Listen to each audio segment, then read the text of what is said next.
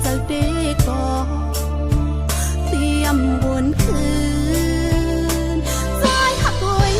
แทบตัดแลโอสู่ที่อ่านลืมเตในอย่าไปขาเจอกันจังไหนนั่งอยู่ยากอันเคยมอง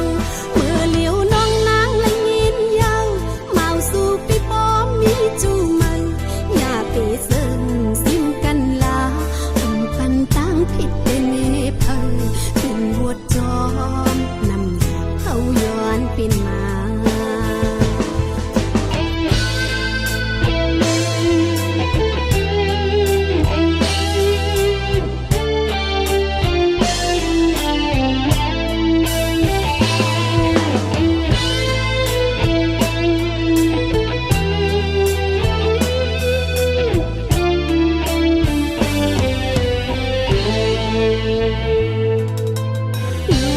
ความสิลักให้อยู่นานใจ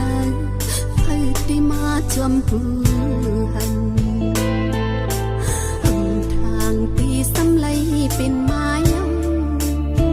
ไล่หงไม่จอม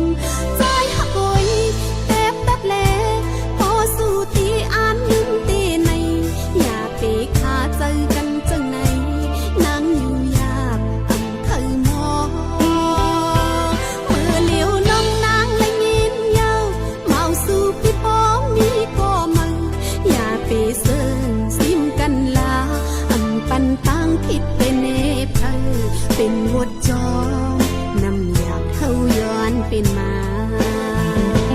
เมื่อเลี้ยวน้องนางและยินยาวเมาสู่พี่ป้อมมีจูมืออย่าไปเสิร์ซิมกันลาอันปันตั้งผิดเป็นเนเพอเป็นวดจอมนำอยากเข้าย้อนเป็นมาเป็นวดงามตีคำซึ้งเวปัญญา